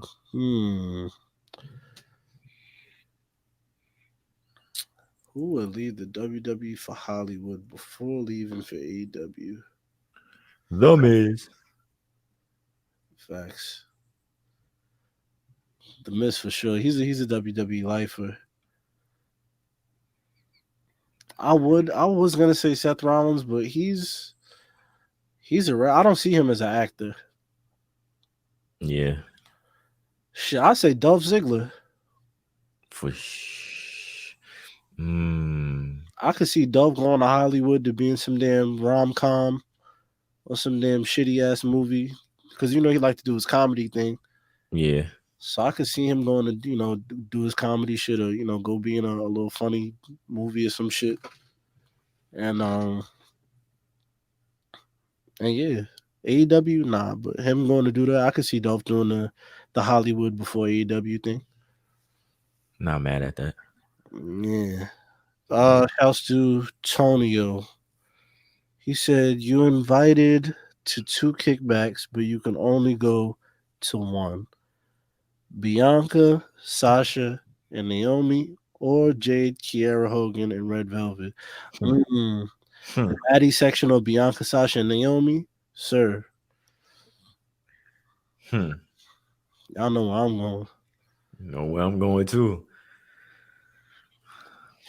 So this is actually a tough choice, to be honest with you. You feel me? Hey. Me and Naomi bowling for the rest of for the whole kickback. Word. I'm in Bianca ear talking myself. Exactly how much do you love Montez? Like what? He did what? Like, don't he just get on your nerves? I know he get on your nerves. That's crazy. A nigga like me would never do nothing like that. My dumb ass be right there, arm around Naomi, co-signing, like, yeah. Ever. Like, he's a good dude. Word. Sasha Banks chilling, yelling at her husband or some shit. Sasha Banks might be the easiest to get to. Because I know you don't love your man. All right, man. This nigga Eve is crazy. Oh shit! I wanted to bring this up because I don't know if you've seen what Naomi did this week. Oh, hold on, I gotta bring this up right here. Drop and Nikki ASH. Absolutely right. Man. Statement for Dewdrop and Nikki ASH. Absolutely right. Statement for Dewdrop and Nikki ASH. Absolutely right. But let us stay focused, brothers. Nigga, I don't even know what I would have done. Nigga, I would have started tweaking. I would have started crying, nigga. It broke down in tears, nigga. Boo-hooing. Nigga, what? You seen that shit? That's crazy. Man. All right. So we gonna go to I didn't even answer. I'm probably gonna go with salute to Jade, Kiera Hogan, and Red Velvet. Kiera Hogan is very fine also, but all of them is fine. But I'm gonna have to go with Sasha, Naomi, and Bianca, man. Yeah, that's just a pedigree that's unmatched. And if they don't reply on the text, then we going over to the other joints. Yeah. That's all. Well, we got the backup right here. It's all good. Exactly. Shouts to Kung Fu. We got something from Eddie. We here. Let's see, what's this? Hello. Kung Fu Eddie here with another and man for this week. Can y'all check on Jeff Hardy for me, please? I need y'all opinion on it. Hi. Hello. Shouts to my son Eddie, my son in the gym. Get his gains up. You feel me? That's what I'm gonna be as soon as I get rid of this damn cough. You know what I'm saying? I'll be right back. Put him up. Put him up. Put him up. Put him up. Right back. Jeff Hardy. I don't know. Jeff Hardy. Last I seen Jeff Hardy was on YouTube, man. You feel me? Shouts to the Warriors getting blazed by 40 points. Oh my God! Stop. Yeah, it's 89 to 130. Disgusting. With Damn. 3 minutes left in the fourth. Shit is crazy. Niggas getting beat by John Morantless Memphis Grizzlies by 40. That's crazy. Insane. Since it's currently today, Jeff Hardy was main eventing Dynamite against Darby Allin, and he won. So all right, they must have heard what's going on.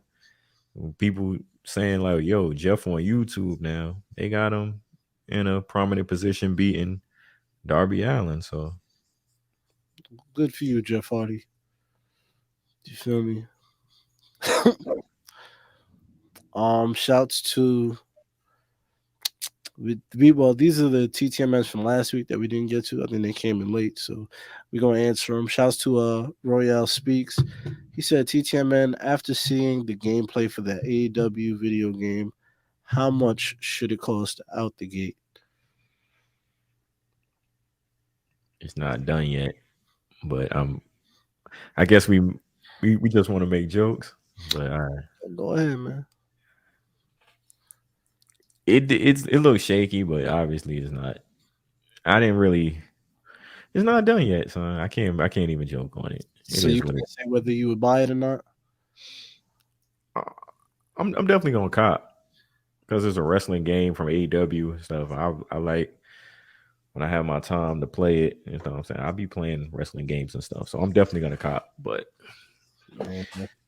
shit looking like that TNA video game to me. All right, man. Hey, man. MSRP on that video game should be $30. Half price.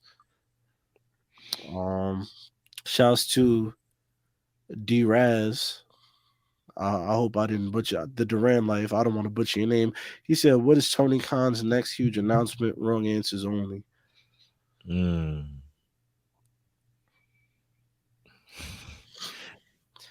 Wrong answers only. His next big announcement is that he got ace for 35. Excuse me? Imagine Tony Khan come out talking about he got ace for 30. Like, nigga, what? 30. We'll get this trash butt out of here. Nigga. I'll go on shop and cop. Tell a midget. If he just come out and say some shit like that. 2 for 5 purple tops. Tony Khan come out there and say he bought the Jets. He would go crazy. Honestly, if Tony Khan said he bought the Jets, I thank God. Like, at least Gary V ain't get these niggas. Who do I hate less? Nigga, every day I live in fucking fear because Gary V be talking about he gonna buy the Jets one day. Nigga, go do something else with you. Go learn, buy TikTok or some shit. Nigga, the fuck. I fucking hate Gary V. I don't even know who I'd want to buy the Jets, to be honest with you. Rick Ross, buy the Jets, man. Somebody I fuck with, please. All right, we got one more. Shouts to Jason Cannon. He said TTMN with Orton on this face run and Edge's new heel run. What are the chances they run back Edge Orton at Mania? Man, look, let me tell you. After we seen the greatest match that they ever put on and the WrestleMania 35 on 36, I'm cool on seeing Edge and Randy ever again, man. No. Pretty much. I have to agree. I am all the way good. Cool on that. 100%. I do not need to see it. You feel me? Y'all can save y'all time and energy. I don't need to. Shit, don't even put that in the atmosphere, my brother. Please don't. Don't even put that in the atmosphere. Keep those two far away from each other. Facts. Oh, man. The last one right here. Shouts to Antonio. He said, "Would you rather listen to another Lacey Evans promo / video package or listen to Jack Harlow's new album in full?" Ah, this is a Cody Drake question. Would you rather listen to Young Harleasy or Lacey Evans tell you about her family was on crack? I would rather listen to another Lacey Evans promo. That promo is like 3 minutes tops. And Jack Harlow is probably like 45 minutes or something. I'm sure in that time range. So that's an easier listen. But I wasn't really feeling the album like that. The album was,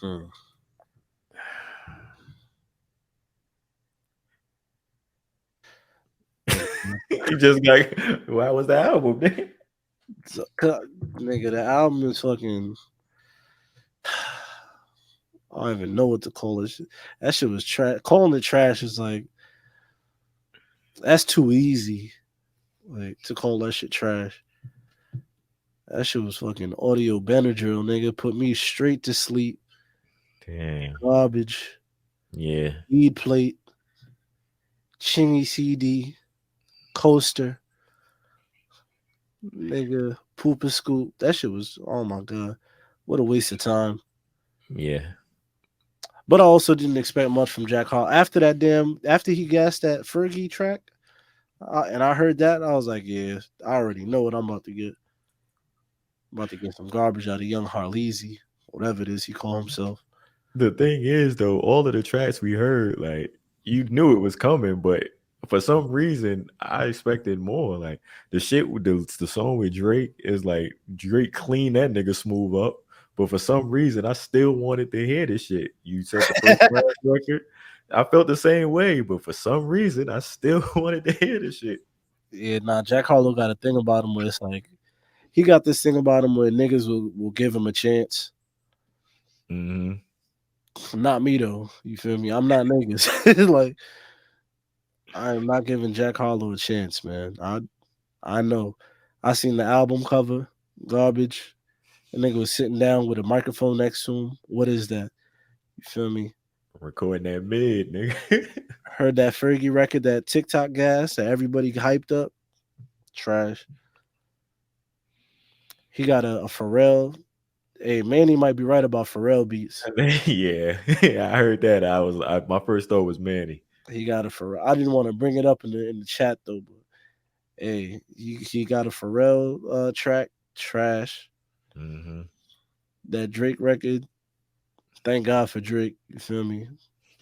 Thank God for Aubrey, because boy, that nigga Jack Harlow was trying his best to get his damn best Drake impression off, but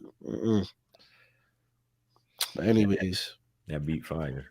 Nah, it is. That beat is fire. That's the only good song I like on that album. That what's that shit called? Champagne Drive. Some shit, yeah. Whatever the fuck it's called. Something Hills. Something Hills, yeah, some Hills.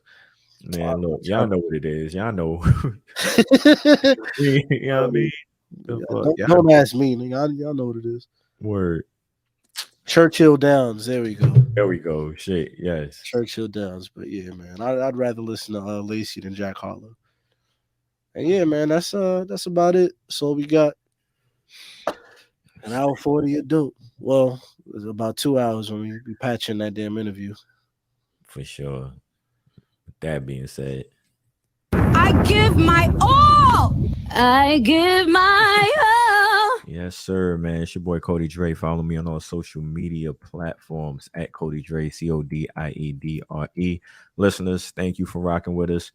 You know what I mean? Y'all know where to catch us. Same place, same time next week, next Friday, episode 227 in the books. You already know the vibes. Cody Dre. Yes, indeed. And y'all know, like my brother said, man, y'all know the vibes. Make sure y'all tap in to the YouTube. Lots of content going up on there. YouTube.com/Black Announce Table. And I do this every week. I'm gonna give y'all an update. You feel me? Because we're on the road to 1,000. We are currently, I think last week we was at we had just crossed over 800. Now we're at 812. So let's keep growing. You feel me? Each day we get better and better. So Make sure y'all tell somebody to tap into that YouTube, subscribe. Good content going up there. Patreon.com/Black Announce Table. Good stuff going up there. We got Wiretap, myself and Banks, Audio Dre with my brother Cody, Chris Ann. Well, y'all heard earlier, she might get her damn Moesha monologues off over there. So, man, make sure y'all tap into that Patreon, man. Spend the $5, spend the $10, spend the $20 if you want to, man. It's good content going up there. Yeah, make sure you follow me on Twitter and Instagram at SkyHighEve. You know what it is. Your boy, Bishop TD Sycamore, the certified good youth, Allen Ivermectin, Eve Luch, Mr. 200, Playboy Yachty, Millie Kidman, Eve LaFleur, Rudy Jobert, WWE Youngboy, but most importantly, I'm Mr. AKA. And bitch, if you act up, you let that AK spray. You feel me? Episode 227, man. We up out of here.